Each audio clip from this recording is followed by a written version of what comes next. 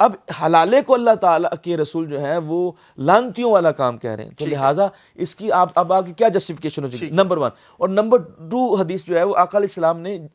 اس بندے کو جو حلالہ کرتا ہے، یعنی ایسا نکاح کرتا ہے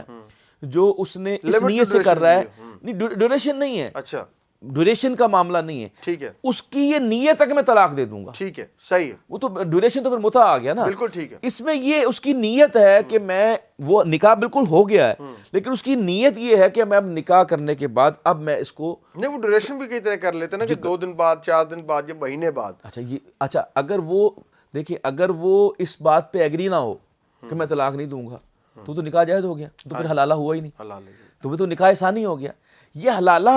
یہ ٹرم یوز ہی اس وقت ہوتی ہے جب یہ نیت ہوتی ہے کہ بھئی میں فلاں، ان دونوں جانبین میں یہ معاملات طے ہوتے ہیں اور سابقہ شوہر کے خاندان یا شوہر کو بھی معلوم ہوتا ہے کہ بھئی ایسے کر کے یہ معاملہ ایسے ہوگا، اس کے بعد وہ اس کو طلاق دے دے گا. تو لہٰذا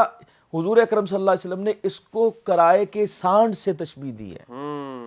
کہ جیسے کوئی بندہ کرائے کے اوپر، جیسے جانوروں کی بریڈنگ ہوتی ہے جی تو اس بریڈنگز کے لیے آپ جو ہے وہ جانور لاتے ہیں اچھا پلا ہوا، اور وہ کہتے ہیں جی ہماری جو ہے یہ جانوروں کی نسل جو ہے اچھی بنے گی، اس سے فلاں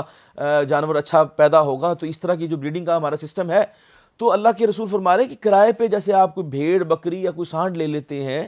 اس کے بریڈنگ کے لیے، تو اتنا سخت آقا علیہ السلام کیوں